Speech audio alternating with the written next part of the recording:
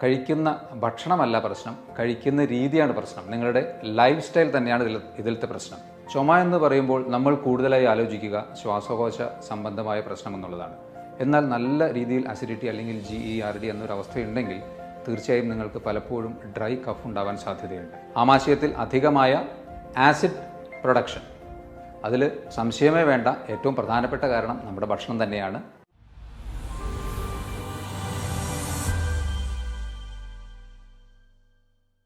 Hello friends, ഞാൻ doctor Abhiram.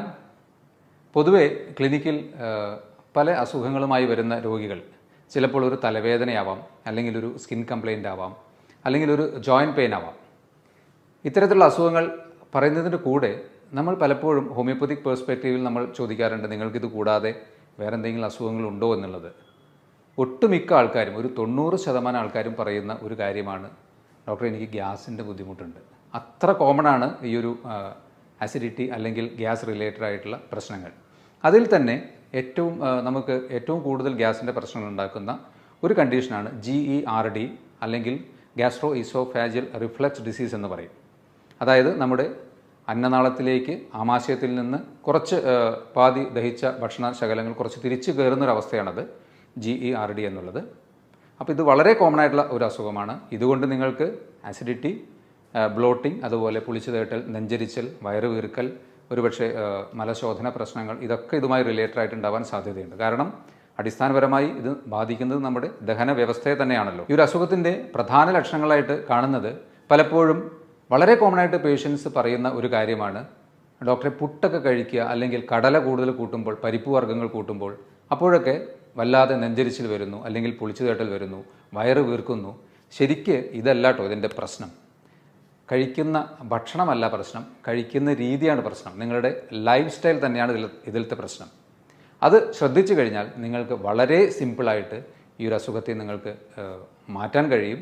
പ്രത്യേകിച്ച് ഒരു കുഴപ്പമില്ലാതെ നിങ്ങൾക്ക് മുന്നോട്ട് പോകാൻ കഴിയും. കാരണം ഇത്തരത്തിലുള്ള അസുഖങ്ങൾ കാലക്രമേണ ചിലപ്പോൾ സ്റ്റൊമക്കിൽ, നമ്മുടെ ആമാശയത്തിൽ അൾസറായിട്ട് വരാനും പക്ഷേ അത് ക്യാൻസറായി മാറാനും ഒക്കെ ഉള്ളൊരു ടെൻഡൻസി പറയുന്നുണ്ട്, സയൻസിൽ അങ്ങനെ പറയുന്നുണ്ട്. അതുകൊണ്ട് തന്നെ നിങ്ങൾ അങ്ങനെ അതിനെ അത്ര അവഗണിക്കണ്ട. പലരും എളുപ്പത്തിന് വേണ്ടി ആൻറ്റാസിഡ്സ് വാങ്ങി കഴിക്കാറുണ്ട്. അതും ലോങ് റണ്ണിൽ നിങ്ങളുടെ ഒരു ആസിഡ് സെക്രീഷനെ കുറയ്ക്കുകയാണ് ചെയ്യുന്നത്.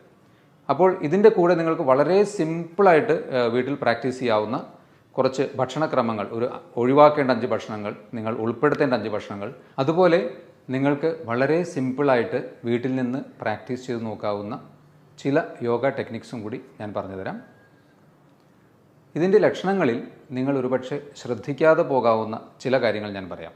ഒന്ന്, ഒരു ഡ്രൈ കഫാണ്. ചുമ എന്ന് പറയുമ്പോൾ നമ്മൾ കൂടുതലായി ആലോചിക്കുക ശ്വാസകോശ സംബന്ധമായ പ്രശ്നം എന്നുള്ളതാണ്.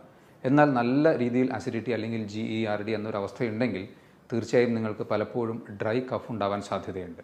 അതുപോലെ തന്നെ തൊണ്ടയിൽ എന്തെങ്കിലും തടഞ്ഞു നിൽക്കുന്ന പോലത്തെ ഒരു ഫീലിംഗ്, ഒരു വെള്ളം ഇറക്കുമ്പോഴോ അല്ലെങ്കിൽ ഇവിടെ മേലോട്ട് എന്തെങ്കിലും ഒരു തള്ളി വരുന്ന പോലത്തെ ഒരു ഫീലിംഗ്, ഇതെല്ലാം ഈ ഒരു GERDയുമായിട്ട് ബന്ധപ്പെട്ട് അല്ലെങ്കിൽ എക്സ്ട്രാ അസിഡിറ്റിയുമായി ബന്ധപ്പെട്ട് സംഭവിക്കാൻ സാധ്യതയുണ്ട്. ഇത് കൂടാതെ ചില അവസരങ്ങളിൽ ചിലരെങ്കിലും അനുഭവിച്ചിരിക്കാൻ സാധ്യതയുള്ള ഒരു ലക്ഷണമാണ് നെഞ്ചുവേദന അല്ലെങ്കിൽ അഞ്ചൈന. ഹാർട്ട് അറ്റാക്കിന് വളരെ സമാനമായ ഒരു ലക്ഷണം. ശരിക്കും നെഞ്ച് നമുക്ക് കൂട്ടിപ്പിടിക്കുന്ന പോലത്തെ ഒരു തോന്നലുണ്ടാകാം. ഇതും പലപ്പോഴും അസിഡിറ്റി കൊണ്ട് അല്ലെങ്കിൽ ഗ്യാസ്ട്രൈറ്റിസ് മൂലം ഉണ്ടാകാൻ സാധ്യതയുണ്ട്.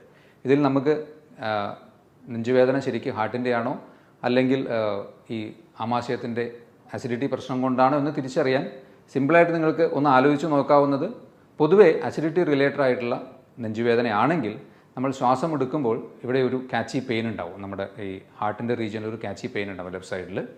അതുപോലെ മൂവ് ചെയ്യുമ്പോഴൊന്നും ഈ പെയിൻ അധികമായി വർദ്ധിക്കുന്നതായിട്ട് തോന്നില്ല. എന്നാൽ ഹാർട്ടിൻ്റെ പ്രശ്നമാണെങ്കിൽ നമുക്ക് നടക്കാനോ അല്ലെങ്കിൽ ഒന്ന് അങ്ങോട്ടും ഇങ്ങോട്ടൊക്കെ മൂവ് ചെയ്യുമ്പോൾ തന്നെ അധികമായൊരു കാച്ചി പെയിൻ കൂടാം. ഇതതിനെ ഡിഫറൻഷ്യേറ്റ് ചെയ്യാനുള്ള ഒരു ചെറിയൊരു കാര്യമാണ് പറഞ്ഞത്. അതിനെ മാത്രം ഡിപ്പെൻഡ് ചെയ്യരുത്, പെട്ടെന്ന് നമുക്ക് അങ്ങനെ ആലോചിച്ച് നോക്കാവുന്നതാണ്. ഇതിൻ്റെ ഈ GERD അല്ലെങ്കിൽ ജനറൽ ആയിട്ടുള്ള ഗ്യാസ്ട്രൈറ്റിസോ അല്ലെങ്കിൽ അസിഡിറ്റിയുടെയോ കാരണങ്ങൾ നമ്മൾ നോക്കുകയാണെങ്കിൽ പ്രധാനമായും 3 കാര്യങ്ങളാണ് പറയാനുള്ളത്. ഒന്ന്, പുവർ ക്ലിയറൻസ്, അതായത് നമ്മുടെ ആമാശയത്തിൽ നിന്ന് ദഹിച്ച ഭക്ഷണങ്ങൾ ചെറുകുടലിൻ്റെ ഭാഗത്തേക്ക് മൂവ് ചെയ്യുന്നതിനുള്ള കാലതാമസം. ശരിക്ക് ഭക്ഷണം കഴിച്ച് 2 മുതൽ 4 മണിക്കൂറിനുള്ളിൽ ആമാശയത്തിൽ നിന്ന് ഒരു 90% ഭക്ഷണവും അടുത്ത ഏരിയയിലേക്ക് ചെറുകുടലിൻ്റെ ഭാഗത്തേക്ക് മൂവ് ചെയ്തിട്ടുണ്ടാവും. ആദ്യത്തെ ഒരു 2 മണിക്കൂർ കഴിഞ്ഞാൽ 60% കൂടുതൽ അത് എം ടി ആയിട്ടുണ്ടാവും. പിന്നീട് ഒരു 4 മണിക്കൂറിന് ശേഷം നോക്കുകയാണെങ്കിൽ 10% താഴെയേ ഭക്ഷണ പദാർത്ഥങ്ങൾ അവിടെ ഉണ്ടാകുകയുള്ളൂ. അപ്പോൾ ഈ ഡിലേഡ് എംറ്റിയിങ്ങിൻ്റെ കാരണങ്ങളായി പറയാവുന്നത്, ഒന്ന് അമിതമായ ഭക്ഷണം. നമ്മുടെ മനസ്സ് പറയുന്നു പോരാ, പക്ഷേ ശരീരത്തിന് ഓൾറെഡി അത് മതിയായി കഴിഞ്ഞു. അത് നമ്മുടെ മനസ്സിനെ മാത്രം ഡിപ്പെൻഡ് ചെയ്ത് നമ്മൾ ഒരുപാട് ഭക്ഷണം കഴിക്കുന്ന ശീലം വരുമ്പോഴാണ് ഈ ആമാശയത്തിൽ നിന്ന് ആ ഒരു ദഹന പ്രശ്നം കൂടുതലായും ഉണ്ടാകുന്നത്. ഇതുകൂടാതെ ഭക്ഷണം കഴിഞ്ഞ ഉടനെ നിങ്ങൾ ഒരു കുമ്പിട്ട് ഒരു ജോലി ചെയ്യുക, ഈ ഹിപ്പിൻ്റെ ഭാഗം വളച്ച് കൂടുതലായി ജോലി ചെയ്യുന്നൊരവസ്ഥയുണ്ടെങ്കിൽ ഈ പ്രശ്നം ഉണ്ടാവാൻ സാധ്യതയുണ്ട്. അതുപോലെ തന്നെ ഭക്ഷണം കഴിഞ്ഞ ഉടനെ കുറച്ചൊരു ഹെവി മീൽ എന്ത് കഴിഞ്ഞാലും കുറച്ചൊന്ന് മൂവ് അറൗണ്ട്, കുറച്ച് നടന്നതിന് ശേഷം കിടക്കുക. കഴിഞ്ഞ ഉടനെ പോയി കിടക്കുന്നത് തീർച്ചയായിട്ടും ഇത്തരത്തിൽ അസിഡിറ്റിക്ക് ഒരു ടെൻഡൻസി ഉണ്ടാക്കും. അമിത വണ്ണമുള്ളവരിലും ഈ ഒരു അസിഡിറ്റിയുടെ ടെൻഡൻസി ഉണ്ടാവാൻ സാധ്യതയുണ്ട്. അതുപോലെ പലരും ചെയ്യുന്ന ഒരു കാര്യമാണ്, രാത്രിയൊക്കെ ഡിന്നറിന് ശേഷം ഒന്നാമത് ലേറ്റായി ഭക്ഷണം കഴിക്കുന്നു, അത് കഴിച്ചതിന് ശേഷം ടി വിയൊക്കെ കണ്ടിരുന്ന് റിലാക്സ്ഡ് ആയിട്ട് ചിലപ്പോൾ ചെറിയ സ്നാക്സ് പോലെയുള്ള എന്തെങ്കിലും എടുത്ത് കഴിക്കുന്ന ശീലമുള്ളവർക്കൊക്കെ ഉറപ്പാണ് ഈ ഒരു അസിഡിറ്റി ഉണ്ടാകുമെന്നുള്ളത് സംശയമില്ല. GERDയുടെ രണ്ടാമത്തെ ഒരു കാരണമായി പറയാവുന്നത് വീണ്ടും ആമാശയത്തിൽ നിന്ന് ഭക്ഷണങ്ങൾ അടുത്ത ഭാഗത്തേക്ക് മൂവ് ചെയ്യാനുള്ള കാലതാമസം തന്നെയാണ്. ഇത് പക്ഷേ ഗ്യാസ്ട്രോ പാരസിസ് എന്ന ഒരു കണ്ടീഷൻ മൂലം, അതായത് ആമാശയത്തിൻ്റെ മസ്കുലർ ആക്ടിവിറ്റി കുറച്ച് കുറഞ്ഞത് മൂലം, അതിന് ചിലപ്പോൾ മറ്റ് കാരണങ്ങളുണ്ടാകാം. ഒരു ഡയബറ്റീസ് പോലെയുള്ള അസുഖമുണ്ടെങ്കിലോ, പ്രഗ്നൻസിയിൽ നമ്മൾ ആ ഒരു ലാസ്റ്റ് ട്രൈമസ്റ്ററിലേക്കൊക്കെ എത്തുമ്പോൾ വയറിൽ അധികമായ പ്രഷർ മേലോട്ട് തള്ളുന്നത് മൂലം അത്തരത്തിലൊരു പ്രശ്നമുണ്ടാവാൻ സാധ്യതയുണ്ട്. ചില ഡീജനറേറ്റീവ് ഡിസീസസ്, പ്രത്യേകിച്ച് പാർക്കിൻസൺസ് പോലെയുള്ള അസുഖങ്ങളിലൊക്കെ മസ്കുലർ ടോൺ ഇത്തിരി കുറയുന്നത് കൊണ്ടും ഇതുണ്ടാകാം. ഹൈപ്പോതൈറോയിഡിസം, തൈറോയിഡ് ഫംഗ്ഷൻ്റെ ഒരു ഡിലേഡ് ആയിട്ടുള്ള അല്ലെങ്കിൽ കുറഞ്ഞ ആക്ടിവിറ്റി കാരണം, ശരിക്കും പറഞ്ഞാൽ നമ്മുടെ ബവൽസിനെ അല്ലെങ്കിൽ കുടലിനെയൊക്കെ നിയന്ത്രിക്കുന്ന ഒരു പ്രധാന ഹോർമോണാണ് തൈറോയ്ഡ് ഹോർമോൺ. അതിൻ്റെ ഡെഫിഷ്യൻസി ഒരു കാരണമാവാം. അല്ലെങ്കിൽ ചില കാര്യമായ മെഡിസിൻസ് കഴിക്കുന്നവർ, ആൻറ്റി ഡിപ്രസൻസ് പോലെ കഴിക്കുന്നവരിലൊക്കെ ഈ ഒരു കാലതാമസം സ്റ്റൊമക്കിൽ നിന്ന് അടുത്ത ഭാഗത്തേക്ക് മൂവ് ചെയ്യാൻ ഉണ്ടാകാം. മൂന്നാമത്തെ കാരണമായി പറയാവുന്നത് ആമാശയത്തിൽ അധികമായ ആസിഡ് പ്രൊഡക്ഷൻ. അതിൽ സംശയമേ വേണ്ട, ഏറ്റവും പ്രധാനപ്പെട്ട കാരണം നമ്മുടെ ഭക്ഷണം തന്നെയാണ്. 5 ഭക്ഷണക്രമങ്ങൾ നിങ്ങൾ പറ്റുമെങ്കിൽ പൂർണ്ണമായി ഒഴിവാക്കുക. അതുപോലെ 5 നല്ല ഭക്ഷണങ്ങൾ ഉൾപ്പെടുത്തുക. അതിൽ ഒഴിവാക്കേണ്ട ഭക്ഷണങ്ങളിൽ ആദ്യത്തേത് ഫാറ്റി ഫുഡാണ്. അതിൽ വെജിറ്റബിൾ ഫാറ്റായാലും നോൺ വെജിറ്റേറിയൻ ഫാറ്റായാലും, പ്രത്യേകിച്ച് ഫ്രൈഡ് ഐറ്റംസ്, ഫ്രൈഡ് ആയിട്ടുള്ള ചിക്കൻ, ബീഫ്, പോർക്ക്, ഫിഷ്, ഇതെല്ലാം മാക്സിമം ഒഴിവാക്കുക. ചീസ്, ബട്ടർ അല്ലെങ്കിൽ അധികമായ നെയ്യ്, ഇത്തരത്തിലുള്ളതും മാക്സിമം ഒഴിവാക്കുക. വറുത്തതും പൊരിച്ചതുമായിട്ടുള്ള പുറമേ നിന്ന് വാങ്ങിക്കുന്ന ജങ്ക് ഫുഡ് പോലത്തെ കംപ്ലീറ്റ് ഒഴിവാക്കുക. സിമ്പിളായിട്ട് പറഞ്ഞു കഴിഞ്ഞാൽ ഫ്രൈഡ് ഐറ്റംസും അധികമായ ഫാറ്റും മാക്സിമം ഒഴിവാക്കുക. രണ്ടാമത്തെ ഭക്ഷണം ഒഴിവാക്കേണ്ടത് കഫീൻ ഉൾപ്പെട്ടത്, അതിൽ ചായയും കാപ്പിയും മാക്സിമം ഒഴിവാക്കുക. വളരെ അത്യാവശ്യം നിങ്ങൾ കുടിച്ച് അത്ര ശീലം ഉള്ള ഒരു വ്യക്തിയാണെങ്കിൽ ഒഴിവാക്കാൻ ശ്രമിച്ചിട്ട് പറ്റുന്നില്ലെങ്കിൽ മാത്രം 1 or 2 ചായ കുടിക്കുക. പലരും 2 പേര് കൂടിയിരിക്കുമ്പോഴേക്കും പറയും നമുക്കൊരു ചായ കുടിക്കാം അല്ലെങ്കിൽ ഒരു കാപ്പി കുടിക്കാം, വൈകുന്നേരം ഒരു ഉണർവിന് വേണ്ടി കാപ്പി കുടിക്കാം. പക്ഷേ ഇതൊക്കെ കഫീൻ കുറച്ചൊരു ആൻറ്റി ഓക്സിഡൻറ്റ് പ്രോപ്പർട്ടിയൊക്കെ ഉണ്ടെങ്കിലും അധികമായി ചെല്ലുമ്പോൾ അത് ആസിഡിറ്റി ഉണ്ടാക്കുന്നുണ്ട്. അതുപോലെ തന്നെ തലവേദന പോലെയുള്ള പ്രശ്നങ്ങളൊക്കെ ഉണ്ടാക്കാം. ശരിക്കും പറഞ്ഞാൽ ഡീകാഫിനേഷൻ എന്ന ഒരു മെത്തേഡിൽ അധികമായി കാപ്പി കുടിച്ചിരുന്ന വ്യക്തികളിൽ നിന്ന് അത് ഒഴിവാക്കി ഒരു പരീക്ഷണം നടത്തിയപ്പോൾ ആസിഡിറ്റി നല്ലതുപോലെ കുറഞ്ഞതായിട്ടാണ് കണ്ടിട്ടുള്ളത്. അടുത്തതായി നിങ്ങൾ ഒഴിവാക്കേണ്ടത് ചോക്ലേറ്റ്സ് ആണ്. ഈ ചോക്ലേറ്റ്സിലുള്ള മീഥൈൽ സാന്തിൻ എന്ന ഒരു കോമ്പൗണ്ട് അന്നനാളത്തിൻ്റെ താഴെയുള്ള ഭാഗത്തെ മസിൽസിനെ റിലാക്സ്ഡ് ആക്കുന്നു. ശരിക്കും പറഞ്ഞാൽ അന്നനാളത്തിന് ഒരു 1 way ഓപ്പണിംഗ് ആണ്. താഴോട്ട് നമ്മൾ ഭക്ഷണം കഴിച്ചാൽ അത് തുറക്കുന്നു, വികസിക്കുന്നു, ഭക്ഷണം ആമാശയത്തിലെത്തുന്നു, അത് ക്ലോസ് ആവുന്നു. പക്ഷേ ഇവിടെ ഈ ഒരു ചോക്ലേറ്റ്സിൻ്റെ അമിതമായ ഉപയോഗം അതിനെ റിലാക്സ്ഡ് ആക്കി കുറച്ച് ഭക്ഷണം തിരിച്ചു കയറുന്ന ഒരു ടെൻഡൻസി ഉണ്ടാക്കുന്നുണ്ട്. അപ്പോൾ ചോക്ലേറ്റ്സ് നിങ്ങൾ കംപ്ലീറ്റ് ഒഴിവാക്കുക. അഡിക്ഷൻസിൽ ആൽക്കഹോളും സ്മോക്കിങ്ങും മാക്സിമം ഒഴിവാക്കുക. കംപ്ലീറ്റ് ഒഴിവാക്കുക എന്നുള്ളത് തന്നെയാണ് എൻ്റെ സജഷൻ. പ്രത്യേകിച്ച് അസിഡിറ്റി നിങ്ങൾക്ക് ഉള്ളൊരു വ്യക്തിയാണെങ്കിൽ ഒന്നും ആലോചിക്കാനില്ല, അത് രണ്ടും ഒഴിവാക്കുക. ഇതിനും ഇതേപോലെ ഒരു ലോവർ ഈസോഫാജൽ അന്നനാളത്തിൻ്റെ താഴെയുള്ള ഭാഗത്ത് റിലാക്സ് ചെയ്യിക്കുന്ന ഒരു ടെൻഡൻസിയാണ്. അഞ്ചാമത്തേത് സിട്രസ് ഫ്രൂട്ട്സ് ആണ്, അതായത് പുളിരസം കൂടുതലുള്ള ഭക്ഷണങ്ങൾ. അതിൽ തീർച്ചയായും ഒരു അസിഡിക് ടെൻഡൻസി കൂടുതലുണ്ടാകുമല്ലോ. നാരങ്ങ, ഓറഞ്ചൊക്കെ പൊതുവേ നല്ലതാണെങ്കിലും അധികമായി കഴിക്കുന്നത് അസിഡിറ്റി ഉണ്ടാക്കാനുള്ള സാധ്യതയുണ്ട്. അതുകൊണ്ട് തന്നെ അസിഡിറ്റി കൂടുതലുള്ളവർ അത്തരത്തിൽ കൂടുതൽ പുളിരസമുള്ള ഭക്ഷണങ്ങൾ മാക്സിമം ഒഴിവാക്കുക. ഈ 5 കാര്യങ്ങൾ നിങ്ങൾ നിർബന്ധമായിട്ടും നല്ലൊരു അസിഡിറ്റിയും അത് മാറണമെന്ന് ആഗ്രഹിക്കുന്ന ഒരു വ്യക്തിയുമാണെങ്കിൽ ഒഴിവാക്കണമെന്നാണ് എൻ്റെ സജഷൻ. ഇനി 5 ഭക്ഷണങ്ങൾ നിങ്ങൾ ഉൾപ്പെടുത്തേണ്ടതിൽ ഒന്നാമത്തേത് ജിഞ്ചർ അഥവാ ഇഞ്ചിയാണ്. ഇഞ്ചിക്ക് മോർ ഓഫ് ഒരു ആൽക്കലൈൻ പ്രോപ്പർട്ടിയാണ്. അപ്പോൾ നിങ്ങൾക്ക് ഇഞ്ചി നല്ല അസിഡിറ്റിയുള്ള സമയത്ത് ചെറിയ കഷ്ണം കടിച്ച് ചവച്ചിറക്കുന്നതുകൊണ്ട് കുഴപ്പമില്ല. ജിഞ്ചർ ഉൾപ്പെട്ട ചെറിയ ലൈറ്റായിട്ടുള്ള ചായ കുടിക്കുന്നതുകൊണ്ട് കുഴപ്പമില്ല. അല്ലെങ്കിൽ 1 or 2 സ്പൂൺ ഇഞ്ചി നീരെടുത്ത് അതിൽ കുറച്ച് തേനൊക്കെ ചേർത്ത് കഴിക്കുന്നതും തീർച്ചയായിട്ടും അസിഡിറ്റി കുറയ്ക്കാൻ നന്നായിരിക്കും. 2, ഓട്ട്മീൽ. ഓട്സ് അടങ്ങിയ ഭക്ഷണങ്ങൾ അത്യാവശ്യം നിങ്ങളുടെ നൈറ്റിലോ അല്ലെങ്കിൽ ബ്രേക്ക്ഫാസ്റ്റിലൊക്കെ അധികമായി പഞ്ചസാരയും ചേർക്കാത്ത രീതിയിൽ, അധികമായി ഉപ്പോ പഞ്ചസാരയും ചേർക്കാതെ കുറച്ച് ഉപയോഗിക്കുന്നത് ഒരു അസിഡിറ്റി നിയന്ത്രിക്കുന്നതിന് നല്ലതായിരിക്കും. 3-ാമതായിട്ട് യോഗേർട്ട് അല്ലെങ്കിൽ പ്രോബയോട്ടിക്സ് ആണ്. ഇതിലുള്ള നല്ല ബാക്ടീരിയകൾ നമ്മുടെ ശരീരത്തിലെ ഡൈജഷനെ എൻഹാൻസ് ചെയ്യിക്കും തീർച്ചയായിട്ടും.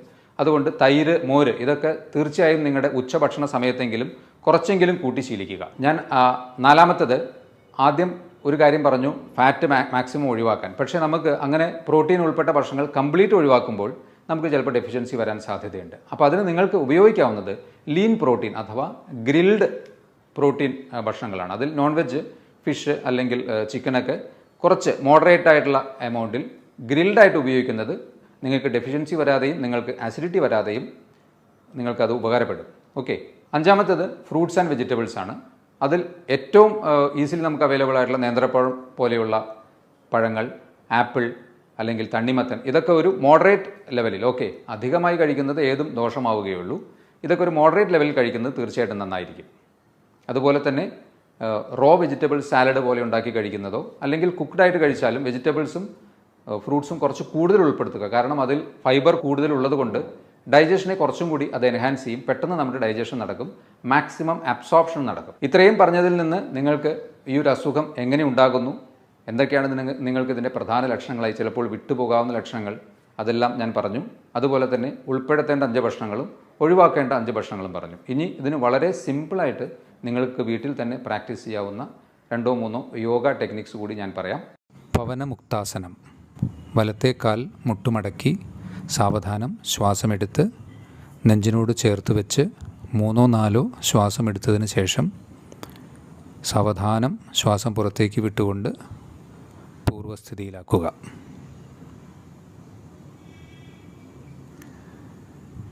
ഇതുപോലെ തന്നെ ഇടത്തെ കാലിലും സാവധാനം മുട്ടുമടക്കി നെഞ്ചിനോട് ചേർത്ത് വെച്ച് ശ്വാസമെടുത്ത് 3-4 നോർമൽ ശ്വാസമെടുത്ത് വിടുക.